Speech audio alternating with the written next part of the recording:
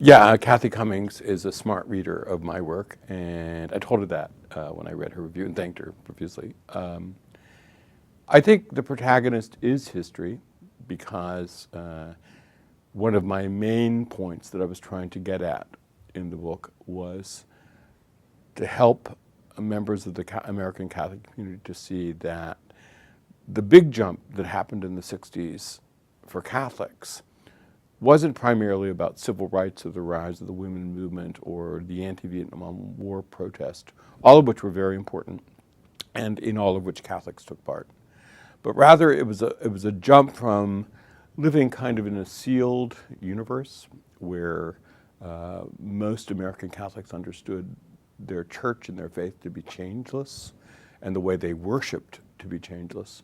Going from that to an understanding that the church, like everything else, is in history and is part of a historical flow, and that the church and the way the church worships and the way the church deals with its own faithful and members of other religions changes and has changed. Now, the way I phrase that in my book is it's a movement from a classicist to a historical-minded universe. And that, I wish I could say that's my great idea, but it was actually the great idea of a very brilliant Jesuit named Bernard Lonergan. In fact, here at BC, there is a freestanding institute called the Lonergan Institute dedicated to his work.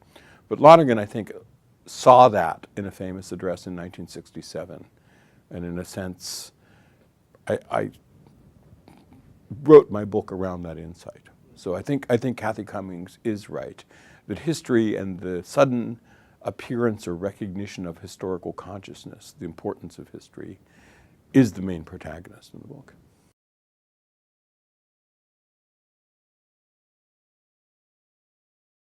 Yeah, the other long-term theme in my book is the rise, I think the problematic rise, since the late 1960s, of political tags used to describe Catholics, and specifically the conservative, liberal, left, right, those kind of political adjectives that appeared before Catholics. As I said in my book, before 1965, there were two kinds of Catholics, Catholics and lapsed Catholics. And now suddenly you have all these adjectives that appear before the word Catholic. I think the use of political adjectives like conservative and liberal to place and describe Catholics is deeply problematic because it reduces very complex ideas to jargon and sound bites. And it also problematically allies theological positions to political positions. And my sense has always been, as a scholar of American religion, that religion takes stands politically, that always ends up being toxic for both religion and politics. So one of the long-term themes of the book is using the rise of historical consciousness as a way of sort of doing an end run around those political ways of describing Catholics. So I think the people we think of, or the people that the media describes as conservative Catholics, are people who tried to oppose this growth of the idea of historical consciousness. And the people whom the media describes as liberals or progressives are people who actually not only recognize that growth of the idea of historical change and historical consciousness, but embraced it and believed that they should be part of a movement in the church to get the church to change along those ways. So I would say a second long-term theme was to use historical consciousness or historicism, whatever you want to call it, as a way of replacing the old, what I consider to be the tired political tags of left, right, conservative, liberal, which I think has not only not been helpful, but have divided, the use of those tags have divided the community, the Catholic community in the United States in deeply problematic ways.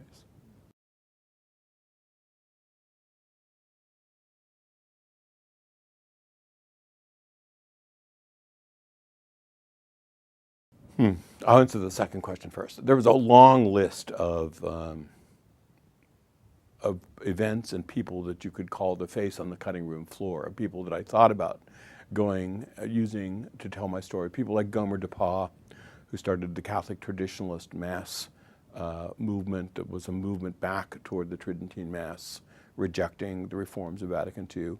People like Pat and Patty Crowley, who are a lay couple from Chicago. They're a Catholic couple whom John the 23rd placed on the International Commission to study birth control, the birth control issue. And they're a really interesting lay couple who played a big role. They were in my book until the very last minute, and I thought, well, I'm going to tell the story of Humanae Vitae in a somewhat different way than using them. But there's a long list of folks that I think could have and arguably should have been in the book. Why did I choose the people that I did, or the events that I did?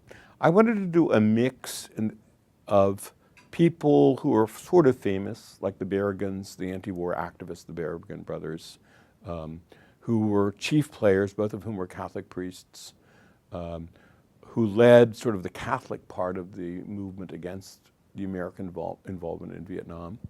I wanted to use folks like that people had heard of, and I also wanted to use folks like Frederick McManus, who was a priest of the Archdiocese of Boston, whom I argued played a central role in mediating the reforms in the liturgy and the way the church worships. And I think people in the history of liturgy and people who know sort of the American church context have always known and revered Frederick McManus. I don't think he's a common name to the folks in the pews, and I wanted to tell his story because I think he's a silent hero, I would say, of this. I also wanted to use someone who's a conflicted figure, and that's why I chose Avery Cardinal Dulles, who I was living with actually in a Jesuit community when I was writing this. Because I think Avery wrote a very famous book called Models of the Church, which forms the focus of one of my last chapter in the book. Avery has become a conflicted figure, or better yet, I would say Avery has become a contested figure that both quote-unquote progressives and quote-unquote conservatives want to claim him for their side, and I want to use Avery to show how things are never that simple and how that left-right divide makes no sense in considering Avery Dulles's thought. I asked Avery when I was writing that chapter, have you changed? And Avery said to me, I've not changed my position theologically at all in 40 years. So I think he was right. So I wanted to use different kinds of people, the famous, the not so famous, the contested, to tell the story of the 60s.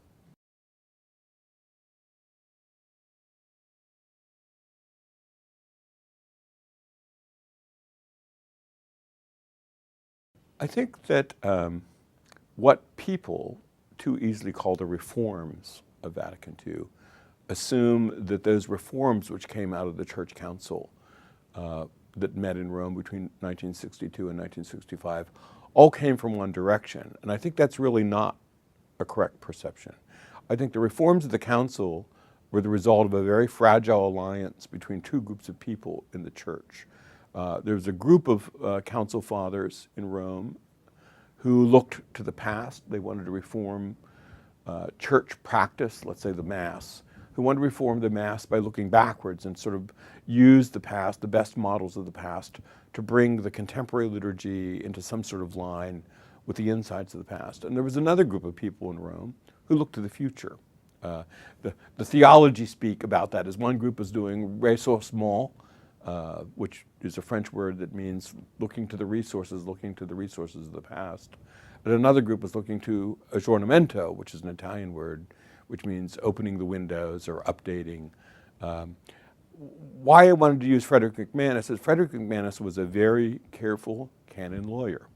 He at one point served as the dean of the School of Canon Law at Catholic University of America.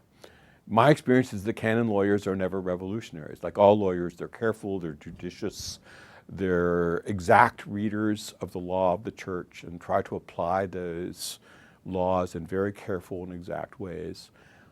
I think Frederick McManus stands as something of an example of how the reforms that he was writing about, Frederick McManus was, besides being the dean of the School of Canon Law at Catholic U, he was also in charge of a column in a journal that comes out of the Benedictine Abbey at St. John's in Collegeville called Worship. In those days it was called Orate Fratres. But Frederick McManus used his journal entries to sort of explain in very dispassionate and carefully reasoned and exact historical terms why the reforms were being implemented and what the reforms sought to do for the worship of the church. And you're right, calling McManus a counterintuitive example of of a revolutionary is an understatement, because I think he would have blanched if anyone had even implied that that was the case. But I wanted to use McManus because I think he, more than any other individual, was the voice that pastors read on Friday nights in putting together their Sunday homilies to explain to people why the church was doing this. And I think he offered lots of exact examples from the past and carefully reasoned theological arguments about why these were a good thing, why these were not something new, but rather returning to pure sort of traditions of worship in the church. And I think he became a trusted voice.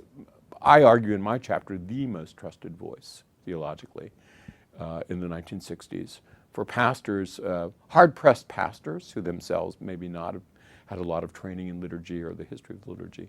He was the voice they could turn to and say, this is why we're doing it and makes perfect sense.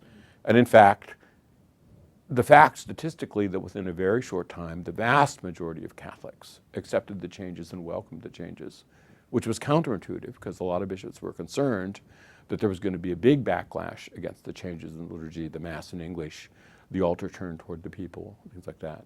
Just the opposite was the case. The vast majority, 3/4 of American Catholics, within a couple years, said they welcomed the changes. And I think Frederick McManus played a big role in that. So that's one reason I chose McManus. Another reason I chose is I wanted my readers to see that revolutions are not about necessarily street protests and banners and things like that. Sometimes the most important and the most long-lasting revolutions are silent and careful. And you wake up one morning and say, oh, I've changed my mind about something really important. And it's a quiet kind of revolution. And I think McManus is a perfect example of someone who accomplished that.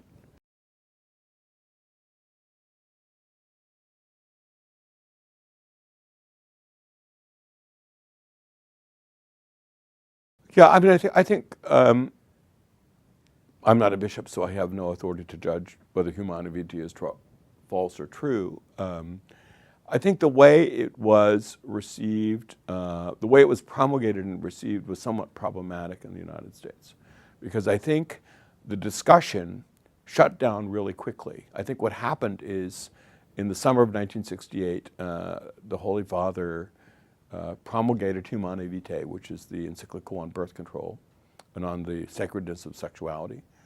And I think what happened is that it was received almost immediately by a significant cast of moral theologians. I mean, these were not what you would think of as sort of street protesters. These are people who held very august positions of moral theology in Catholic universities.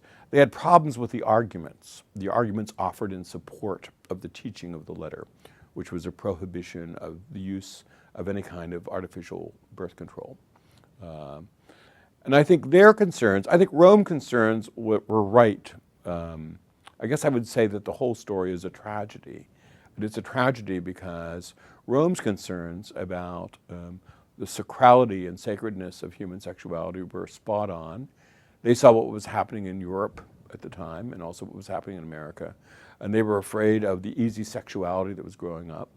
So was this a timely encyclical? I would say yes, it was a timely encyclical.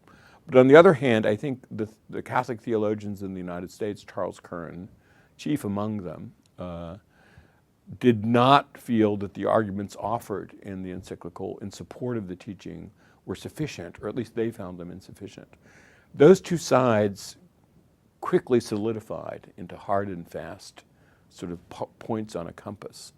I think that's most unfortunate because I think if perhaps the discussion had continued in a less heated and a less vociferous way, progress could have been made toward the middle. And I think, again, I mean, political tags quickly arose so that those who supported the encyclicals became conservatives and those who opposed the encyclical became liberals. Those are tags that hide as much as they reveal, I think. And so my story was an attempt to show how the tragedy that developed as a result of the reception of that encyclical was not about left, right, or conservative liberals, but was really about an inability to reach a form of theological debate or theological discussion that both sides could feel comfortable with and maybe make some movement on.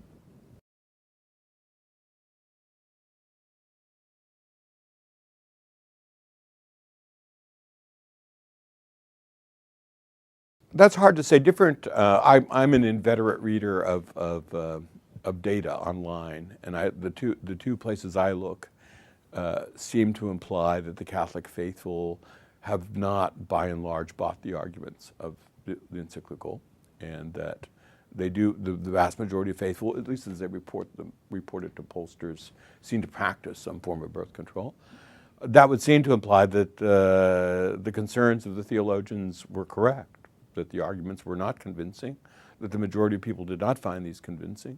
And I think that's a very problematic state, to have an official teaching of the church not received by the church. Like, what is the status of that?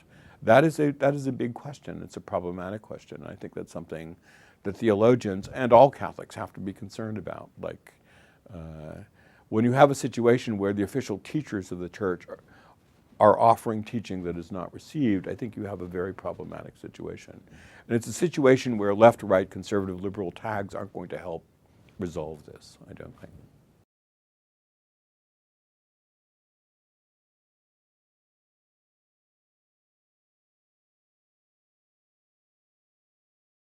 Avery Dulles was a mammoth intellect. And I asked him one day, do you consider yourself a conservative and a liberal? And he just laughed and said, I don't pay attention to tags like that. And I think it's sort of like trying to label St. Thomas Aquinas a conservative or a liberal, or St. Augustine a conservative or a liberal.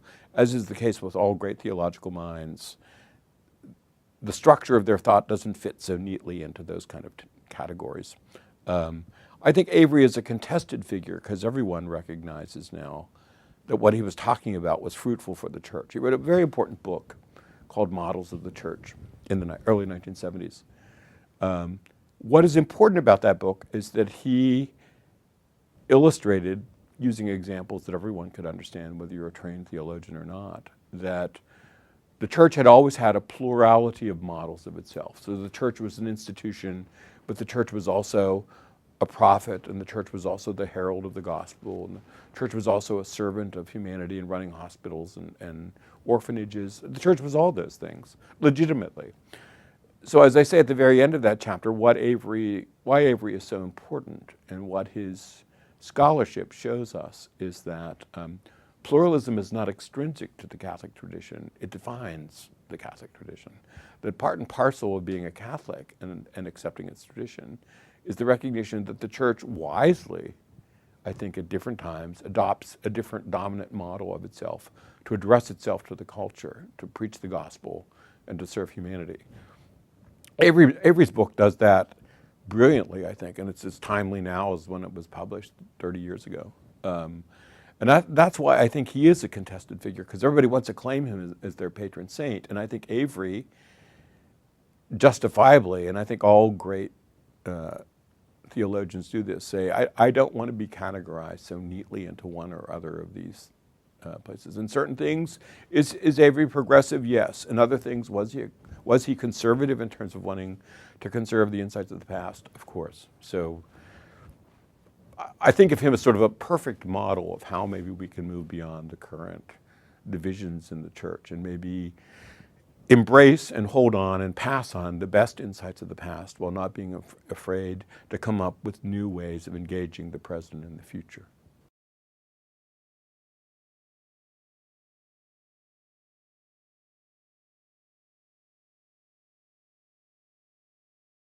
As is always, yes. The answer would be yes, of course. Among other things, that's led to a schism, a division in the church, not a schism, but a division in the church, in church discussions between religious leaders and theologians, is not helpful. It's also helped certain people all over the political spectrum to ally themselves or attempt to ally themselves with church positions on this or that issue, which I think is very unhelpful.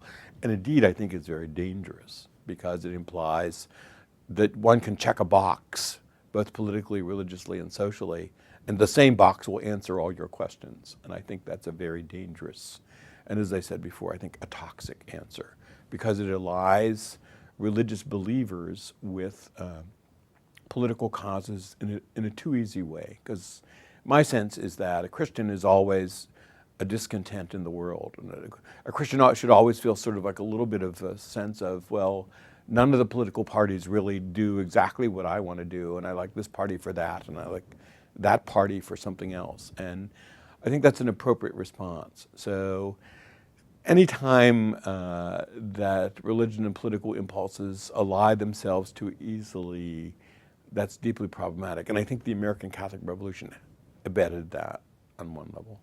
I also think there's collateral damage in the sense that the Catholic community is currently a community divided within itself with the debates. And I think that's unfortunate. I think there are a lot of legitimate reasons for having debate and discussion in the community. I think a lot of the debates are defined by issues outside the church, which is problematic. I think the American Catholic Revolution did that because the American Catholic Revolution occurred precisely during the era that I call the long 60s. And there were lots of other revolutions happening. There was the rise of the feminist movement, there was the civil rights movement, there was the free speech movement, there was the anti-Vietnam War movement. There were all these things happening simultaneously. And while there's a synergy that each sort of impacted on the others, they're all also logically distinct movements. And I think while you have to see them as a whole, you also have to appreciate that the energies that drove them were somewhat different for each one. And you can't be using cultural reasons to explain theological change anymore. They're using gender reasons to explain sort of the anti-Vietnam movement. There's certainly energies that go across all of them. But I think people today think of the 60s, in quotation marks, as somehow one thing. It was one, to use a common word, a gestalt. It was one movement. It was one event. I don't think it was that, actually. And the danger of thinking about it as one event is because you can then dismiss it and say, you see yourself in bell-bottoms or long hair, and you think, what was I thinking? What a crazy period was that? Or you watch the sitcoms from the 60s and you think, this is embarrassing.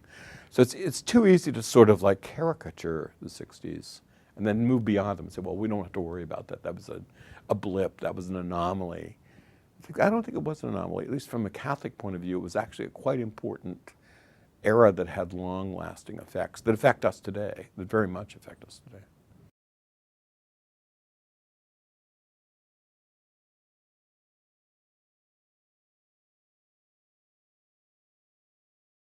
A couple things. In an ideal world, I'd like my book to help foster the discussion that would enable the Catholic community to move beyond the left, right, conservative, liberal kinds of things, and see that I think we should talk quite concretely about issues and about their positions without rushing to label them as this or that. I think if the book could help that, I would be very pleased and satisfied that the book did something important. Also, I think if the book could help raise the awareness that the 60s, what I call the long 60s, because as I defined it, the 60s aren't from 1960 to 1969. They sort of bleed well into the 70s. That the long 60s was not an era that was just an aberration, a moment in time that we can now sort of close the door on. That it actually raised significant long-term questions that we're still dealing with, and that we have to understand those issues more clearly and deal with them more dispassionately and more charitably than we have up to now.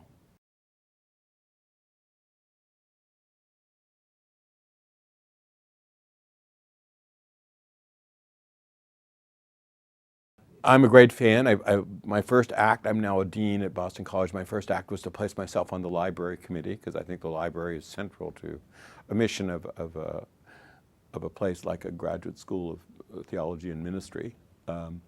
Libraries are the place where people have a privileged encounter with the past and the present. And as a graduate student, I came to love libraries because it was a place where the voices that you are in conversation with are not just the voices of your peers or of your professors, but people who have been gone, who've been dead for years and sometimes centuries. And it's a place where you're entering a conversation with lots of very smart people. And in the case of, say, the Catholic tradition, it's a conversation that's 2,000 years old. And therefore, libraries are are a special place where students can encounter and enter into conversation with those voices and understand that the business of theology, of Catholic theology, wasn't invented yesterday, nor was it invented in the 1960s, that the 60s themselves are part of a moment in time that continues to flow on. And so I would say I'm a library fan.